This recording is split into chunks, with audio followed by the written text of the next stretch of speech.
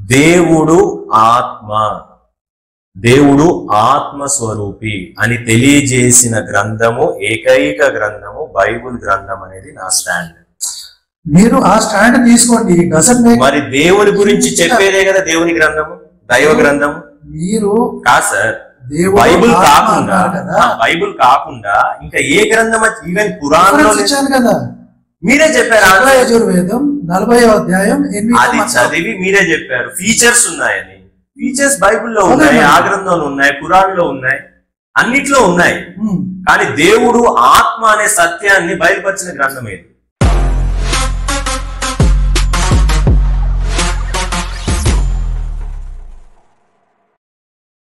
ప్రేక్షకులకు నమస్తే.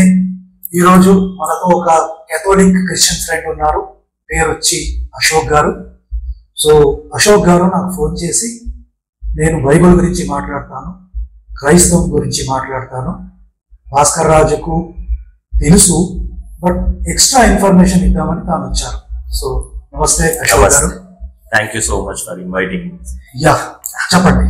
Thanks a lot for giving me a time. అంటే మీ వీడియోస్ నేను చూస్తూ ఉంటాను, బట్ ఎక్కువ వైరల్ అవుతున్న వారి ఇంటర్వ్యూస్ అన్ని చోట్ల చూస్తూ ఉన్నాం. నాకు ఒక సందేహం వచ్చింది, మరి మాలాంటి సామాన్యుల్ని ఎవరైనా పిలుస్తారా, మాట్లాడతారా అని అనుకొని కొంతమంది కాల్ చేశాను. కొన్ని మీడియా మిత్రులకి కాల్ చేశాను.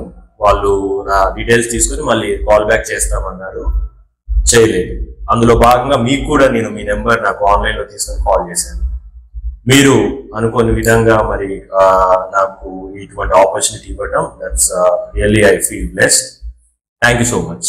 My self Ashoka. మా మమ్మీ పిలిచే పేరు అశోక అని నేను దాన్నే కంటిన్యూ చేస్తా ఉన్నాను. అదే క్యాథలిక్ అని మీరు ఇంట్రడ్యూస్ చేశారు, కానీ బార్న్ క్యాథలిక్స్. బట్ ఎప్పుడైతే when we growing in faith, బైబిల్లో ఉన్న సత్యాలను తెలుసుకోవడం ద్వారా రియాలిటీలోకి వచ్చాం, truth. Then we started Protestant Bible. దాన్ని ఫాలో అవుతూ we came to know the reality and truth. Now we are following that Bible. Which Bible you are following? Protestant Bible. Previously you used to follow 73 books. Yes. Now you are following 63. Previously a book ఉండేది, but నాకు తెలిసి అది open చేసి చదివిన దాఖలాలు లేవు. Just ఉన్నామంటే ఉన్నాము. నేను అంటే నా గురించి కొంత చెప్పాలి అంటే, మాది నేటివ్ ఖమ్మం.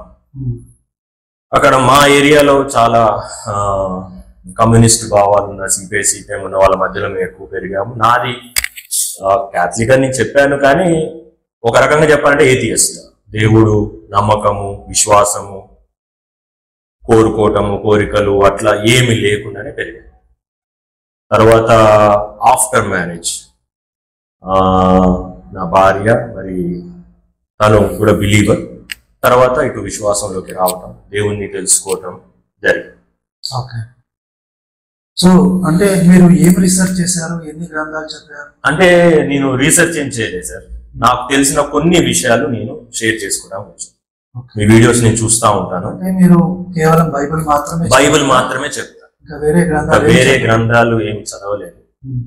బైబిల్ గురించి ఎందుకు చెప్పాలనుకుంటున్నా అంటే, నాకు ఇదే కొంత బాధగా ఉంది. నేను కొన్ని ఇంటర్వ్యూస్ చూస్తూ ఉన్నప్పుడు, ఆ థంబ్నెయిల్స్ కావచ్చు, అవి చూస్తూ ఉన్నప్పుడు ఒక ఇంగ్లీష్ టీచర్ని పిలిచి హిందీ క్వశ్చన్స్ వేసినట్లు, ఒక క్రైస్తవుని పాస్టర్ని పిలిచి వేరే మత గ్రంథాల గురించి అడిగితే వాళ్ళు చెప్పలేదు సార్. వాళ్ళు ఎంత చదివినప్పటికీ వాళ్ళు చెప్పలేదు.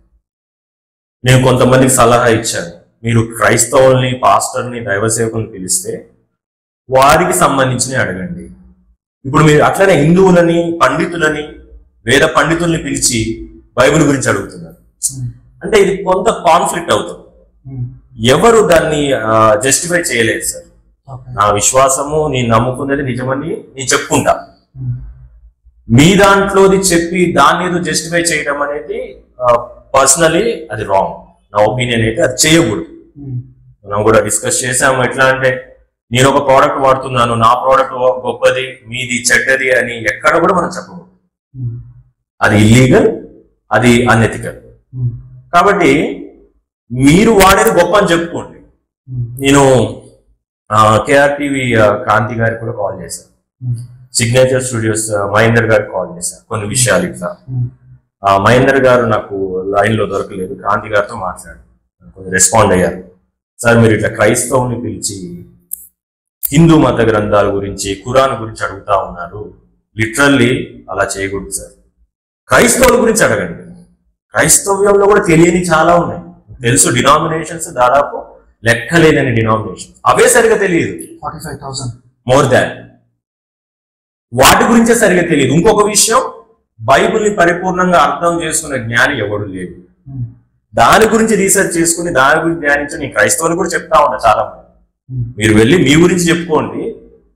బైబిల్ నేర్పించేదే పరమత సహనం గురించి నేర్పిస్తుంది. ఎగ్జాక్ట్లీ పరమతాన్ని, ఎదుటి వ్యక్తిని దూషించొద్దని బైబిల్ చెప్తుంది. మీరు వెళ్ళి వారిని వీరిని ఇలా చేయడం కూడా నా సర్కిల్లో ఉన్నంత వరకు నేను చెప్పడానికే ప్రయత్నం చేస్తా ఉంటాను. మాక్సిమం కౌన్సిల్ చేస్తా ఉంటాం. మేము ఇప్పుడు కొన్ని ఏరియాస్ లో పరిచర్య చేస్తా ఉంటాం. ఎక్కువ స్లమ్ ఏరియాస్ లోకి వెళ్తాం సార్. అక్కడ ఎక్కువ గుడులు ఉంటాయి, మీకు తెలిసే ఉంటుంది. గుడులు ఎక్కడ చూసినా గుళ్ళు అవి ఉంటాయి. అక్కడికి వెళ్ళి మీరు చేతనైతే మీ దైవ గ్రంథాల గురించి, అంటే బైబిల్ గురించి, మీ దేవుని ప్రేమ గురించి చెప్పాలి. వేరే దేవుళ్ళ గురించి, వేరే మతాల గురించి మాట్లాడే అర్హత ఎవరికి లేదు. అది లిటరల్ గా బైబిల్ అపోజ్ చేస్తుంది, అది ఎంకరేజ్ చేయదు. అదొకటి. ఇక నేను ఇక్కడికి రావడానికి ప్రధానమైన కారణం ఏంటంటే నాకు తెలిసిన కొన్ని విషయాలు ఇప్పుడు మీరు కంటిన్యూ చేస్తా ఉంటే నేను కొన్ని రివీల్ చేస్తాను నాకు తెలిసినంత వరకు. అందులో మీరు ఎంతవరకు అది యాక్సెప్టబుల్ అనేది నాకు తెలియదు. చూసేవారికి మీకు ఎంతవరకు ఉపయోగపడతాయి. నేనైతే ఒకటి అనుకుంటున్నాను, సత్యాన్వేషకులు అనేవారు ఉంటారు, యథార్థ పరులు అనేవారు ఉంటారు. వారికి కొన్ని విషయాలు తెలిస్తే సమాజానికి ఉపయోగం. బైబిల్ 2 రకాల మూర్ఖుల గురించి చెప్తాను. ఒక రకమైన మూర్ఖులు ఉంటారు, వారితో వాదించొద్దు. రెండో రకమైన మూర్ఖులు ఉంటారు, వారితో వాదించవచ్చు, వారు అర్థం చేసుకుంటారు. ఈ జ్ఞానం మనం కలిగి ఉండాలి అనేది నేను నమ్ముతా, నేను అది పాటిస్తాను. ఎస్. సో ఇప్పుడు మీరు కేవలం బైబిల్ మాత్రమే చదివాను అన్నారు. అవును సార్. ఇంకా ఏ గ్రంథాలు చదవలేదు. Egyptian, no. Sumerian, no. Greek, no. Roman అవసరం అనిపించలేదు. So okay, I will directly come to the point. You have read only one book in your life and you think it is true. Still I am reading. Inka I am going deep down. Research inka nadustane undi. In single book. You are saying that you have read only one book in your life and you believe it is true. Yes. My question is how? Yeah, that's what. అంటే దానికంటే ముందు నాకు ఒక చిన్న clarification మీరు ఇవ్వగలిగితే, మీరు దేవుని నమ్ముతున్నారా? దేవుని నమ్ముతున్నారు. కాన్సెప్ట్ వేరే ఉంది. దేవుని అయితే నమ్ముతున్నారు కదా, దేవుడు ఉన్నాడని నమ్ముతున్నారు. దేవుడు ఒక్కడే నమ్ముతున్నారా? ఒకడే ఉంటాడు, అనేక రూపాలలో ఉంటాడు. ఒక్కడైతే నిజం కదా, దేవుడు ఒక్కడే. ఇంకా అనేక రూపాలు దేవుడు అయితే ఉన్నాడు, ఒక్కడే. ఆ దేవుడు ఉన్న ఒక్క దేవుడు ఆత్మ సంబంధి అని నమ్ముతున్నారు. దేవుడంతా కూడా ఆత్మస్వరూపుడే. ఒక్క దేవుడు మనం అనుకున్నాం కదా, రూపాన్ని తీసుకుంటాడు. కానీ దేవుడు, ఆ ఒక్క దేవుడు ఆత్మ సంబంధి. అది కేవలం సనాతన ధర్మంలో ఉన్న వాళ్ళే, వేరే గ్రంథాలు నాకు ప్రమాణం కాదు. అదే నేను చెప్పేది. అంటే ఏంటంటే సార్, ఇప్పుడు మీరు ప్రామాణికంగా తీసుకునే గ్రంథం ఏంటి? ఎగ్జాంపుల్, మీరు book, we have a library. ఒక బుక్ లేకపోతే multiple books? You have one book. Yes. We have a library. Okay. అయితే మీరు దేవుడు ఉన్నాడు అని నమ్ముతున్నారు, దేవుడు ఒక్కడే నమ్ముతున్నాం, వివిధ రూపాలు అనేది సెకండరీ. దేవుడు ఆత్మై ఉన్నాడు. ఆ దేవుడు ఆత్మై ఉన్నాడు అని రివీల్ చేసేదే నిజమైన దేవుని గ్రంథం సార్. అది నేను నమ్ముతాను.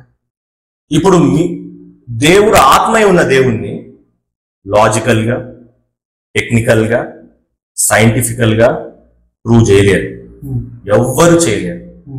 ఎందుకంటే గాడ్ తర్వాతనే టైం, స్పేస్, మ్యాటర్ అనే క్రియేట్ అవుతూ వస్తుంది.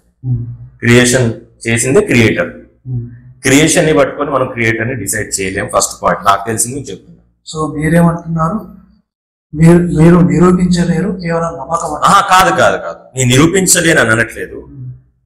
దేవుడు ఆత్మ, ఆ మాట ఉన్నదే నిజమైన దేవుని గ్రంథం. ఇప్పుడు మీ గ్రంథాలలో ఎక్కడైనా దేవుడు ఆత్మ అనే మాట ఉందా? ఆత్మ అంటే అది వేరే ఫార్మ్స్ ఉంటాయి. నో నో ఇప్పుడు spiritual form. Yes, they are not visible. అది మనుషులకు తెలియజేసేది గ్రంథమే కదా. బైబిల్ గ్రంథం కావచ్చు, మీ గ్రంథాలు కావచ్చు. మీరు ఎన్నో లైబ్రరీ అన్నారు కదా, ఆ లైబ్రరీలో కొన్ని బుక్స్ ఉండొచ్చు. ఆ బుక్స్ లో నుంచి దేవుడు ఆత్మ అని తెలియజేసే బుక్ ఒకటి మీరు చెప్పండి. చాలా ఉన్నాయి మాకు. అదే ఒక రిఫరెన్స్ వేదంలో పరమాత్మ స్వరూపం అంటే గురించి ఉంటుంది, మనకి ఆ రిఫరెన్స్. ఉపనిషత్తులో అదే సార్, ఆ రిఫరెన్స్ ఉందా? ఉపనిషత్తులో ఉంటే మీరన్నా చదివి వినిపించవచ్చు. ఇతిహాస పురాణాల్లో ఉంటుంది. ఒక్కటి చాలు, దేవుడు ఆత్మ అని లిటరల్ గా ఉండాలి. దేవుడు ఆత్మ అని ఉండాలి. దేవుడు ఆత్మ.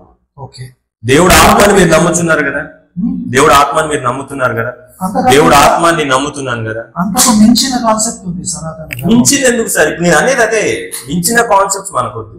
Highest concept of God is there in Sanatana sir. ధర్మ.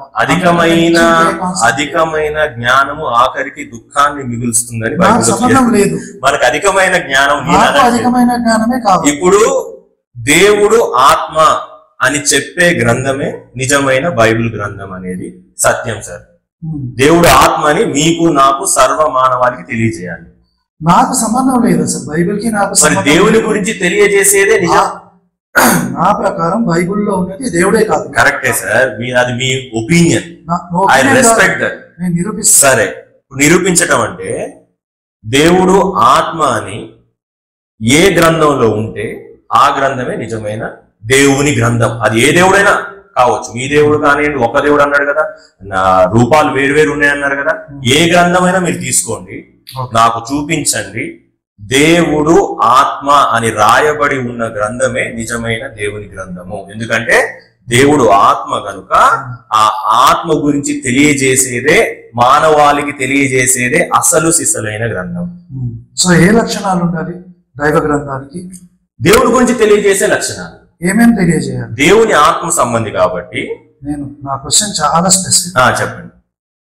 దేవుడి గురించి తెలియజేసే దైవ గ్రంథానికి ఎలాంటి లక్షణాలు ఉండాలి? దేవుని గురించి తెలియజేసేది సార్. దేవుని గ్రంథానికి లక్షణాలు ఏముండవు సార్, దేవునికి ఉంటే లక్షణాలు.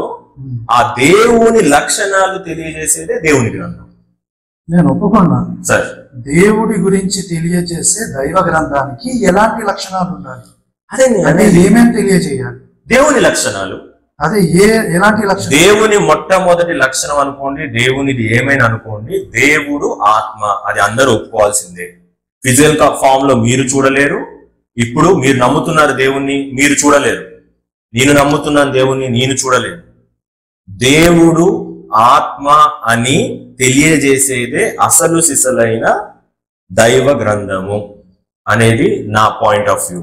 మీ గ్రంథాలు ఒకవేళ దేవుడు ఆత్మ అని తెలియజేసే ఏ గ్రంథమైనా, ఏ పేజ్ లో ఏ రిఫరెన్స్ అది తెలియజేస్తుందో ఒకసారి మీరు చూపిస్తే మేము ధన్యులం. ఓకే, నేను రిఫరెన్స్ తీస్తాను. మీరు ఈలోగా ఏం చేయండి అంటే బైబిల్లో దేవుడికి ఉండాల్సిన లక్షణాలు ఏంటి, ఏమున్నాయో చూపెట్టండి. మిమ్మల్ని అడిగిన క్వశ్చన్ కి ఆన్సర్ బైబిల్లో ఉంది సార్.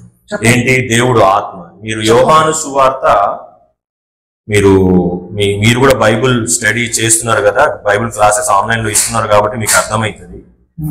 యోహాను సువార్త 4వ అధ్యాయము 24వ వచనం.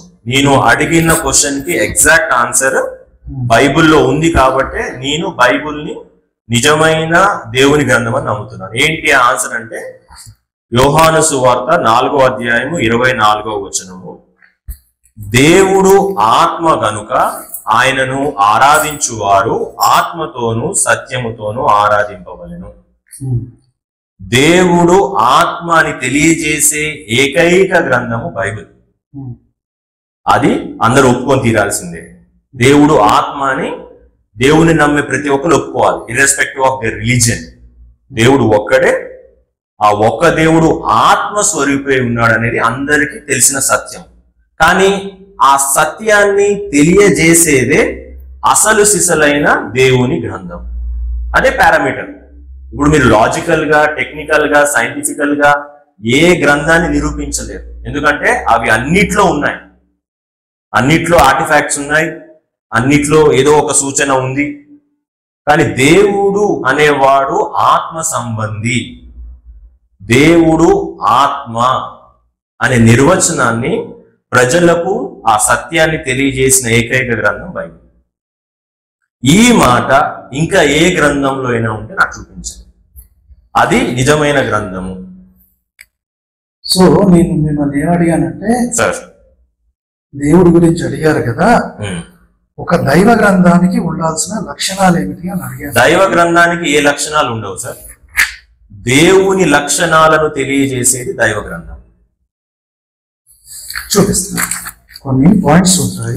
అంటే నేను అడిగిన ప్రశ్నకి మీరు సమాధానం చెప్పలేదు. వస్తాను. దేవుడు ఆత్మ అని చెప్పే ఒక స్క్రిప్చర్ గాని ఒక ఆర్టిఫాక్ట్ గాని మీ గ్రంథాల్లోంచి ఒకటి చూపిస్తే మనం ముందుకెళ్తాం.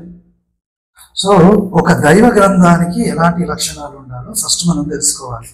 ఒక గ్రంథాన్ని దైవ గ్రంథమా కాదా అని డిసైడ్ చేయడానికి కొన్ని లక్షణాలు ఉంటాయి. అంటే ఒక చిన్న డౌట్ సార్, దైవ గ్రంథం అంటే ఏంటి అసలు? దైవ గ్రంథం అంటే ఏంటి? పరమాత్మ గురించి చెప్పే గ్రంథం, రైట్? ఓకే. సో దానికి ఎలాంటి లక్షణాలు ఉండాలి? ఒకటి, it should give complete details of God in all aspects. అంటే ఆయన తత్వం ఏంటి, ఆయన ఫామ్ ఏంటి, ఆయన పవర్ ఏంటి, ఆయన ఎగ్జిస్టెన్స్ ఏంటి, ఇవన్నిటి గురించి చెప్పగలిగింది అయి ఉండాలి. Point number 1. అది సృష్టి ఎలా మొదలైంది, ఎలా అంతమైంది, ఈ గ్రంథం ఎప్పటి నుంచి ఉంది, సృష్టి ఆది నుంచి ఉందా లేదా చెప్పగలిగింది అయి ఉండాలి. 3, అది ఎప్పుడు కూడా మార్పు చెందందై ఉండాలి. 4, it should give complete information about space and time. Space and time, universe, దీని గురించి. దాంట్లో ఎలాంటి కాంట్రడిక్టరీ స్టేట్మెంట్స్ ఉండకూడదు. తర్వాత సకల జీవుల గురించి చెప్తున్నదై ఉండాలి. తర్వాత అందరికీ సమానమైన ఆర్ మనుషులకి జీవులకి ఒక కామన్ న్యాయం అంటూ ఉండాలి. అంటే కామన్ రూల్ అనేది ఉండాలి. ఒకటి, నోన్ సైంటిఫిక్ ఫ్యాక్ట్స్ కి అనుగుణంగా ఉండాలి, కాంట్రడిక్టరీ ఉండొద్దు. ఎప్పుడైతే నోన్ ప్రూవెన్ సైంటిఫిక్ ఫ్యాక్ట్స్ కి వ్యతిరేకంగా ఉంటుందో అది పక్కన పెట్టేయచ్చు. 9, it should give about description about higher world's. అంటే ఇంకా వేరే లోకాలు అవన్నీ ఏవైతే ఉన్నాయో దాని గురించి ఇన్ఫర్మేషన్ ఇవ్వగలిగిందై ఉండాలి. దాన్ని ఎవరు రాశారో, ఎవరు సంకలనం చేశారో వాళ్ళ డీటెయిల్స్ ఇవ్వగలిగిందై ఉండాలి. సో మనం ఫస్ట్కి వెళ్దాం. సో మీరేమన్నారంటే ఆత్మ స్వరూపి అన్నారు. చాలా ఈ లిస్ట్ ఆఫ్ ఐటమ్స్ ఇచ్చే ముందు మీరు ఒక మాట అన్నారు, దేవుని గురించి తెలియజేసేది దైవ గ్రంథం. మీరు లిస్ట్ ఆఫ్ ఐటమ్స్ లో అంతా క్రియేషన్ గురించి, పీపుల్ గురించి సైంటిఫికల్ గా మాట్లాడుతున్నారు. దేవుని గురించి తెలియజేసేది దైవ గ్రంథం. దేవుని యొక్క గుణ లక్షణాలు, దేవుని యొక్క గుణ లక్షణాల్లో మొట్టమొదటిది ఆయన ఆత్మ స్వరూపై ఉన్నాడు. Is not in a physical form, is in a spiritual form. మొట్టమొదట ఆ పాయింట్ ని నిజమైన దేవుని గ్రంథం బయలుపరచాలి. ఆ పాయింట్ ని బయలుపరిచింది బైబిల్. సో ఇప్పుడు దేవుడు ఆత్మ అని తెలియజేసేది నిజమైన దేవుని గ్రంథం అండి. ఓకే, మీరు చెప్పిన ఆ లిస్ట్ ఆఫ్ ఐటమ్స్ అని ఒకవేళ చూస్తే తర్వాత చూద్దాం. బట్ దేవుని యొక్క గుణ లక్షణాలను తెలియజేసేది దైవ గ్రంథం. లిటరల్లీ ఇందులో ఏ లాజిక్ లేదు. దేవుని యొక్క గుణ లక్షణాలు అవి రావు. ఏవి కావు? మీరు చెప్పిన దాంట్లో నేను దేవుడి గుణ లక్షణాలు చెప్తున్నా, ఇది దైవ గ్రంథానికి ఉండాల్సిన లక్షణాలు. అదే నేను మళ్ళీ రిపీట్ చేస్తున్నా, దైవ గ్రంథానికి ఏ లక్షణాలు ఉండవు, దేవుని లక్షణాలను తెలియజేసేది దైవ గ్రంథము. మీరు కన్ఫ్యూజ్ అవ్వద్దు. దైవ గ్రంథం వేరు, దేవుడు వేరు. ఆ దేవుడి గురించి, సృష్టి గురించి సమస్తాన్ని చెప్పగలిగిన గ్రంథమే దైవ గ్రంథం. అవును. సో ఇప్పుడు మనం బేసిక్స్, సృష్టిని గురించి ముందు చెప్పే కంటే సృష్టికర్త గురించి చెప్పాలి కదా. దానికి వద్దాం. సృష్టికర్త నుంచి మొదలవుతుంది కదా సృష్టి. మీకు తెలియదు, మీకు పాయింట్ తెలియట్లేదు. Just now you said you cannot prove God అని చెప్పారు. నో, నేను అట్లా అనట్లేదు. నేను చెప్పేది ఏంటంటే దేవుడు ఆత్మ అని అందరు ఒప్పుకుంటున్నారు. ఇంకా ఎక్కువ ఉంది, అంతకన్నా ఎక్కువ ఉంది మాది. ఆ ఒక్క పాయింట్ చూద్దాం, ఎక్కువ ఎందుకు మనకి? ఆ ఒక్క పాయింట్స్ ఉన్నాయి కాదు సార్, ఆ ఒక్క పాయింట్ ని ప్రూవ్ చేసుకుందాం.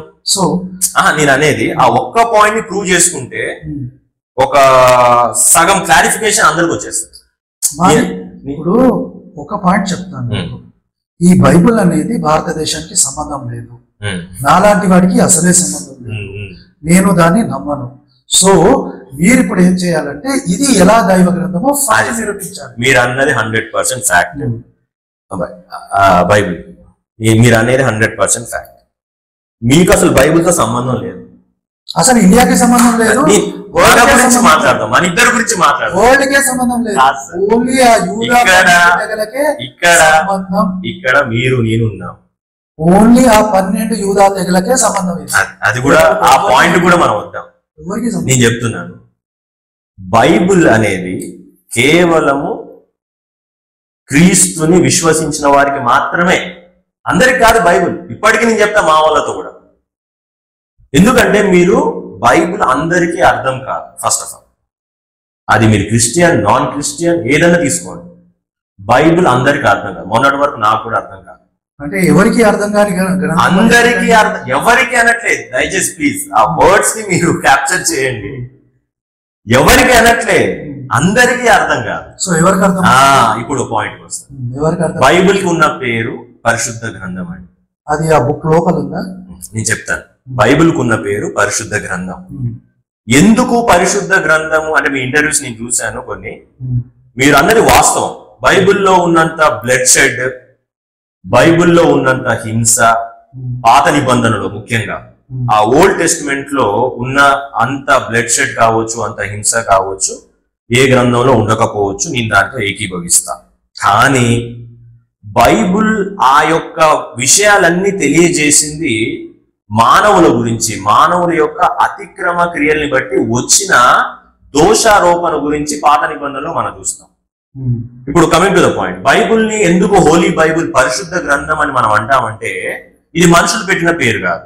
ఫస్ట్ ఆఫ్ ఆల్ ఎందుకంటే పరిశుద్ధాత్మ దేవుని ద్వారా, మీరు ట్రినిటీ అంటే మీకు తెలుసు కదా, కాన్సెప్ట్ ఆఫ్ ట్రినిటీ బైబిల్లో లేదు కదా. తండ్రి ఉంది, తండ్రి కుమార పరిశుద్ధాత్మ అనే సంగతి ఉన్నాయి తెలుసు. బైబిల్లో త్రిత్వం అనే పదం లేదు. బైబిల్ ని పరిశుద్ధాత్మ దేవుడు రాయించాడు అని ఎక్కడుంది? That's what I'm saying. అందుకే దానికి పరిశుద్ధ గ్రంథం అను పేరుంది. మీరు స్టేట్మెంట్ అదే సార్ నేను అనేది. మళ్ళీ నేను ఫస్ట్ పాయింట్ వస్తున్నా, పరిశుద్ధాత్మ అని ఎక్కడుంది? కమింగ్ టు ద పాయింట్, ఆత్మ నేను అనేది అదే, దేవుడు ఆత్మ, ఆత్మ పరిశుద్ధాత్మ రెండు ఒకటే. దేవుని ఆత్మ అన్న పరిశుద్ధాత్మ అన్న ఒకటే. ఇప్పుడు పరిశుద్ధ గ్రంథానికి ఇందులో పరిశుద్ధత ఉన్నదని రాయబడి పరిశుద్ధ గ్రంథం పేరు వచ్చిందని నేను ఒప్పుకోను. ఎందుకంటే మీరు సిన్ అని చూడండి, హోలీనెస్ అని చూడండి, సిన్ గురించి ఎక్కువ ఉంటుంది. ఎందుకని నేను తర్వాత గమనిస్తే అత్యంత ప్రమాదకరమైన హీనమైన పాపాలు ఏ ఒక్కటి కూడా దాచిపెట్టకుండా బయలుపరచబడింది బైబిల్లో, ముఖ్యంగా పాత నిబంధనలో. పరిశుద్ధాత్మ దేవుడు సత్యవంతుడు, is a part of Trinity. కాబట్టి ఏది కూడా దాచిపెట్టకుండా సమస్తాన్ని బయలుపరిచాడు బైబిల్లో.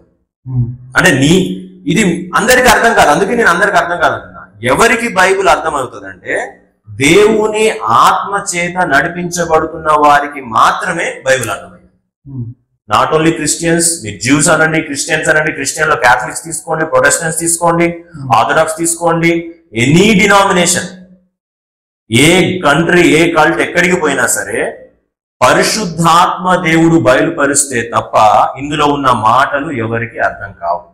అందుకే ఇది దేవుని ఆత్మ గ్రంథము అని నమ్ముతాము. ఎందుకంటే దాదాపు 40 వ్యక్తులు, ప్రవక్తలు, ఆ మామూలు పామరులు, పండితులు అందరితో కలిపి రాయించబడిన దాదాపు 16 సంవత్సరాల స్పాన్ లో రాయబడింది ఈ గ్రంథము.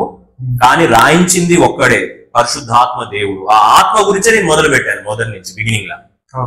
దేవుడు ఆత్మ అని నిరూపించి చూపించే గ్రంథమే నిజమైన దేవుని గ్రంథము. అది నా ఏమంటే స్టాండ్. దానికి మీరు మీ గ్రంథాల్లో ఏ గ్రంథమైనా తీసుకోండి, మీరు లైబ్రరీ ఉందన్నారు కాబట్టి ఆ లైబ్రరీలోంచి ఒక బుక్ తీసుకొని దేవుడు ఆత్మ అని నేను చూపించినట్లు బైబిల్లో మీరు చూపించండి దేవుడు ఆత్మ అని, క్లోజ్, నిరూపణ అయిపోయినట్లే. నేను చెప్తున్నా కదా, అదొకటే పాయింట్ కాదు, చాలా పాయింట్స్ ఉన్నాయని చెప్తున్నాను.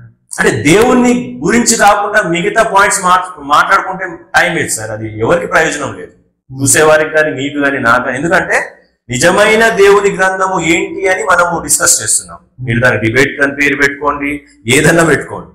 నిజమైన దేవుని గ్రంథము ఏంటి అనేది ప్రశ్న. మీరు బైబిల్ కాదంటున్నారు, సరే, మీ పాయింట్ ఆఫ్ వ్యూలో బైబిల్ కాదు. మరి దేవుడు ఆత్మని తెలియజేసే గ్రంథం ఇంకేదైనా ఉంటే నాకు చూపించండి. శుక్ల యజుర్వేదం 8వ మంత్రం 40వ అధ్యాయం. దీంట్లో పరమాత్మ ఫీచర్స్ చెప్తున్నారు అన్నమాట. పరబ్రహ్మ ఎలాంటి కలంకము లేనివాడు, ఎలాంటి వికల్పాలు లేనివాడు, నిరంజనుడు. అలాంటి పరబ్రహ్మని తెలుసుకున్న మానవుడు తనే పరబ్రహ్మ అవుతాడు. అంటే ఇట్లా ఎగ్జాంపుల్స్ గా ఇస్తారన్నమాట. అది కాదు సార్ మనకు కావాల్సింది. సో పరమాత్మ ఫీచర్స్ చెప్తున్నాను ఎలా ఉంటాడు అనేది. దేవుడు ఆత్మ అని తెలియజేసే గ్రంథము నిజమైన దేవుని గ్రంథము. మీరు మీ బైబిల్ అద్దాలతో చూడొద్దు అని. బైబిల్ కాదు సార్, మీరు చూపించండి. నేను ఇప్పుడు కొన్ని ఫీచర్స్ చెప్పిన. ఫీచర్స్ కాదు, ఇప్పుడు మీరు దేవుని బైబిల్ అద్దాలను పక్కన పెట్టేయండి. నేను ఉపనిషత్తు చెప్తున్నాను. ఓకే, ఉపనిషత్తులో పరమాత్మ ఎలా ఉంటాడో చూపిస్తున్నాను. ఓకే. పరమాత్మ సనాతన ధర్మంలో 3 రకాలుగా ఉంటాడు. రూపంతో, అంటే మూర్తం అంటారు, అమూర్తం అంటే రూపం లేకుండా. తర్వాత అంతరాత్మ అంటారు, అంటే మన లోపల కూడా ఉంటాడు. సో 3 ఫీచర్స్ గా ఆయన ఉంటాడు. సో ఇది అంటే ఆత్మనే కాదు, ఆయన ఎవరికి కనపడడు. అంటే ఫిజికల్ బాడీ లేదు, nothing but spirit, physical body లేదు. ఇంకోటి ఆయన ఇండిస్ట్రక్టబుల్, ఎప్పుడు ఆయన ఎవరు ఏం చేయలేదు. ఆత్మ అంటే ఇటర్నల్. సో ఇవన్నీ వస్తాయి. శుక్ల యజుర్వేదం 40వ అధ్యాయం 8వ మంత్రంలో ఇవన్నీ ఉంటాయి. కరెక్టే సార్. అంటే నా ప్రశ్నకి మీ నుంచి నన్ను సాటిస్ఫై చేసే మరి చూసే వాళ్ళు కూడా నాకు తెలియదు. దేవుడు ఆత్మస్వరూపి అని తెలియజేసిన గ్రంథము, ఏకైక గ్రంథము బైబుల్ గ్రంథం అనేది నా స్టాండ్. మీరు ఆ స్టాండ్ తీసుకోండి. మరి దేవుని గురించి చెప్పేదే కదా దేవుని గ్రంథము, దైవ గ్రంథము. మీరు కాదు సార్, బైబుల్ కాకుండా ఇంకా ఏ గ్రంథం? ఈవెన్ పురాణంలో కదా మీరే చెప్పారు. యజుర్వేదం 40వ అధ్యాయం అది చదివి మీరే చెప్పారు ఫీచర్స్ ఉన్నాయని. ఫీచర్స్ బైబిల్లో ఉన్నాయి, ఆ గ్రంథంలో ఉన్నాయి, పురాణంలో ఉన్నాయి, అన్నిట్లో ఉన్నాయి. కానీ దేవుడు ఆత్మ అనే సత్యాన్ని బయలుపరిచిన గ్రంథం ఏది? నేను ఇప్పుడే చెప్పానండి, ఇండస్ట్రక్టబుల్, కలంకం లేనివాడు, ఇవన్నీ అవే ఫీచర్స్. ఈ ఫీచర్స్ అన్ని మీ అన్ని వీడియోస్ నేను చూశాను, దాదాపు మాక్సిమం కవర్ చేశాను. మీకు లిటరల్లీ ప్రూఫ్ అడిగి చాలా మందిని అటు ఇటు చేశారు. నేను చూశాను ఆ వీడియోస్. మీరు లాజికల్ గా, సైంటిఫికల్ గా ఆర్టిఫాక్ట్స్ అడిగి నాకు చూపించండి అని మీరు అడిగారు. నేను అది విన్నాను. కొంతమంది ఫెయిల్ అయ్యారు, చూడలేదు, సారీ అది చూపించలేదు, ఫెయిల్ అయ్యారు. ఇప్పుడు నేను అడిగే ఆ మాట ఏ గ్రంథంలో ఉంది? నాకు చూపించండి లిటరల్ గా. దేవుడు ఆత్మ అని చూపించండి. శుక్ల యజుర్వేదం 40వ అధ్యాయం 8వ మంత్రం రిఫరెన్స్. దేవుడు ఆత్మ అని ఉంది, అందులో పరమాత్మ అంటారు, ఆత్మ అనరు. దేవుడు ఆత్మ అని పరమాత్మ అంటారు. పరమాత్మ సుప్రీం. ఓకే, మించి లేదు. ఎవరా పరమాత్మ? సో ఇప్పుడు వచ్చారు మీరు లైన్ లో. ఆ పరమాత్మకి ఏ లక్షణాలు ఉన్నాయి? సో పరమాత్మ ఫీచర్స్ వెళ్లే ముందు మనం సృష్టికి వెళ్తాం. సృష్టికి వెళ్తే సృష్టి ఎలా జరిగిందో మనకు తెలియదు. ఇది మీరు ఒప్పుకోవాలి. ఇది ఒప్పుకుంటే నేను నెక్స్ట్ వెళ్తాను. దేవుడు ఆత్మ అని ఏ గ్రంథంలో లేదు. దేవుడు ఆత్మ స్వరూపి అని ఆ లిటరల్ గా ఉన్న ఎనీ లాంగ్వేజ్. పరమాత్మ అండి, పరం అంటే హైయెస్ట్ ఆత్మ. నిన్ను నన్ను మీ మతాన్ని పుట్టించింది కూడా మా దేవుడే. సరే, దేవుడు మీ మతాన్ని పుట్టించింది కూడా మా దేవుడే. God is spirit. పరమాత్మ మీకు తెలియవచ్చు కదా. వచ్చు. పరం అంటే ఏంటి? ఏంటి పరం అంటే ఏంటి చెప్పండి మీరు. హైయెస్ట్. ఆత్మ అంటే ఏంటి? అదే ఆ పరమాత్మ దేవుణ్ణి గురించేగా చెప్పేది. పరమాత్మ అంటే అదేనండి. మీకు అర్థమవుతున్నట్లేదు. అర్థం. పరం ఆత్మ అంటే ఏంటి అర్థం? హైయెస్ట్. అంటే పరం అంటే మీనింగ్ దేవుడనా? పరం అంటే highest being, is the highest being. ఇంకా అంతకుమించిన వాళ్ళు ఎవరు లేరు. ఏది ఒకసారి చూపించండి. చూపండి. ఇది రిఫరెన్స్ బృహత్ అరణ్యక ఉపనిషత్ 4వ అధ్యాయం 5వ బ్రాహ్మణం. తెలుగులోనే ఉంది కదా, ఒక్కసారి. థౌజండ్స్ ఆఫ్ టైమ్స్ ఉంది. ఒక చోట 2 చోట్ల మీ బైబిల్లో ఉండొచ్చు, ఇక్కడ వేల చోట్ల ఉంటుంది. బైబిల్ మొత్తం ఆత్మ గురించి మాట్లాడింది సార్. ఇప్పుడు నేను ఆ పాయింట్ ని బట్టి మీ దగ్గరకు వచ్చాను. ఆత్మని ఎవరు కూడా లాజికల్ గా, సైంటిఫికల్ గా, టెక్నికల్ గా నిరూపించలేరు. ఏ ఒక్కరికి ఆ శక్తి లేదు. ఆత్మని తీసుకొచ్చి మనం ఏ ల్యాబ్ లో కూర్చోబెట్టలేము. ఆత్మకి ఏ టెస్ట్ లేదు. ఇది ఒక బిలీఫ్, ఒక ఫెయిత్, ఒక విశ్వాసం. ఆ విశ్వాసం అనేది నానా రకాలుగా స్ప్రెడ్ అయింది. ఇప్పుడు నేను ఇందాక చెప్పినట్లు బైబిల్ మీకు అర్థం కాదు, బైబిల్ మీ గ్రంథమే కాదు, అసలు ఎవరికి సంబంధం లేదు. ఆ 12 తెగలకు తప్పించి ఎవరికి సంబంధం లేదు. అది కొంచెం కాంట్రాడిక్టరీ స్టేట్మెంట్. అనేది ఏంటంటే క్రీస్తును నమ్ముకున్న వారికే బైబిల్. ఇప్పుడు నేను వచ్చి మీరు బైబిల్ చదవనంటే మీకు అర్థం కాదు, తీసి పక్కన పడేస్తాను. నేను చదివి అర్థం చేసుకోవడానికి పరిశుద్ధాత్మలు, పరమాత్మలు అవసరం లేదు. అర్థం చేసుకోవడానికి బుర్ర కావాలి. అది బుర్ర అయితే అర్థమైపోతుంది. బుర్రలో దేవుడు ఆత్మ, సరే దేవుడు ఆత్మ. ఇందాక నేను చదివిన రిఫరెన్స్ లో దేవుడు ఆత్మ కనుక ఆయనను ఆరాధించేవారు ఆత్మతో సత్యముతో ఆరాధించాలని బైబిల్ స్పష్టంగా తెలియజేస్తుంది. ఇప్పుడు మీరు గాని నేను గాని ఆత్మ సంబంధులు అని నమ్ముతారా? దేవుడు మనలో ఒక స్పిరిట్ ని ఉంచారని మీరు నమ్ముతారా? ఇప్పుడు సనాతన గ్రంథం ప్రకారం పరమాత్మ ఉన్నాడు. పరమాత్మకి పేర్లు కూడా ఉన్నాయి, దానికి తర్వాత ఓకే. ఈ పరమాత్మ జీవుల్ని సృష్టించాడు. ఓకే. దానిలో దేవతలు, రాక్షసులు, గంధర్వులు, కిన్నరులు, కింపురుషులు, వీళ్ళే కాకుండా మానవులు, జంతువులు, అందరిలో ఆయన ఉన్నాడు. మళ్ళీ దాన్ని మనుషుల గురించి మాట్లాడుకుందాం. అంటే బైబిల్ అంటే కేవలం మనుషుల గురించి దేవునికి సర్వ మానవాళిలో అత్యంత ప్రాముఖ్యమైనది మనిషి అని మీ ప్రకారం. సనాతన ధర్మం అది ఒప్పుకోదు. మా ప్రకారం బ్రహ్మగారి నుంచి బ్యాక్టీరియా వరకు అందరూ ఒకటే, దాని లోపల ఉన్న ఆత్మ ఒకటే, దాన్ని జీవాత్మ అంటారు. అంటే ఆ జీవాత్మ అన్నిట్లో ఉంది. మనలోనే దేవుడు ఉన్నాడు. ఆ మనలో ఉన్న దేవుడినే అంతరాత్మ అంటారు. ఇప్పుడు ఆత్మ ఉన్న జీవులన్నీ ఇప్పుడు ఒక ఎగ్జాంపుల్, ఒక పెట్ ఉంది, దాంట్లో ఆత్మ ఉంది అంటున్నారు. ఒక పెట్, ఒక డాగ్, జీవాత్మ ఉంది అంటున్నారు. ఆ జీవాత్మ పెట్టు చనిపోతే ఎడిపోతుంది ఆ జీవాత్మ? వేరే జన్మ తీసుకుంటుంది కర్మల్ని బట్టి. చేసిన కర్మల్ని బట్టి వేరే జన్మ తీసుకుంటుంది. డాగ్ కి కర్మ ఏముంటది సార్? కుక్క పిల్లకి కర్మ ఏముంటది? దానికి ఏం తెలుసు? దానికి ఏం వివేచన? ఓకే, జంతువులకు కర్మలు అనేవి ఉండవు. సనాతన ధర్మం మనుషులకు ఉంటది కర్మ అని చెప్పేది. అది నేను చెప్పేది వినండి. సో అందుకే మనం ఏం చేద్దామంటే, ఇప్పుడు మంచి పాయింట్ వస్తుంది కదా, విల్ స్టార్ట్ విత్ క్రియేషన్. అప్పుడు ఎవరు దేవుడో తెలుస్తుంది మీకు. ఎవరు దేవుడు అంటే ఇప్పుడు పాయింట్స్ ఆల్మోస్ట్ చాలా మటుకు మన మధ్యలోకి వచ్చాయి. ఇప్పుడు కుక్క పిల్లకి కర్మ ఏముంటది?